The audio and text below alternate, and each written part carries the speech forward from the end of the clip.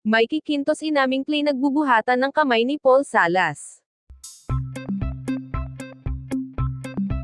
Kamakailan lamang, nagbigay si Mikey Quintos ng isang makulay at tapat na pahayag tungkol sa kanyang relasyon kay Paul Salas sa isang panayam na naging sentro ng usap-usapan. Ayon kay Mikey, inamin niya na may mga pagkakataon daw na sila ay nagbubuhatan ng kamay ni Paul, ngunit ito ay hindi tulad ng pagkakaintindi ng iba.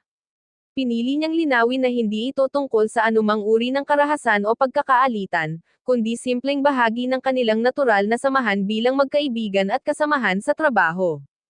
Sa kanyang pahayag, sinabi ni Mikey na ang mga tampuhan at hindi pagkakasunduan ay normal sa isang relasyon, lalo na kapag magkasama sa mga proyekto o madalas na nagkikita.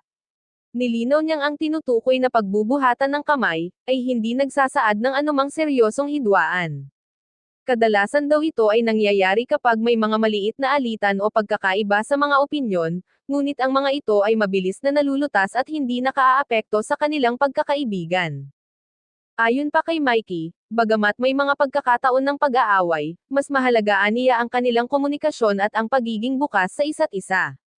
Pinasalamatan ni Mikey si Paul dahil sa patuloy na pagiging supportive at understanding, kaya't hindi sila nadadala sa mga maliliit na tampuhan. Natututo kami pareho kung paano mag-handle ng mga ganitong bagay, dagdag pa ni Mikey. Dagdag pa ng aktres, ang kanilang malapit na relasyon at tamang pagpapalakas ng komunikasyon ay naging dahilan upang maging matatag ang kanilang samahan at mas marami pang proyekto ang kanilang naisakatuparan. Patuloy silang nagtutulungan at nagpapalakas ng isa't isa, at pinapakita ito sa kanilang matagumpay na collaboration sa mga proyekto sa telebisyon at pelikula.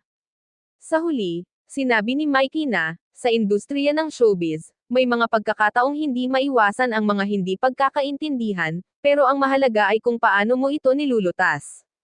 Binanggit din niyang bagamat patuloy ang kanilang pagsasama sa mga proyekto, nananatili silang magkaibigan at nagsusuportahan sa isa't isa.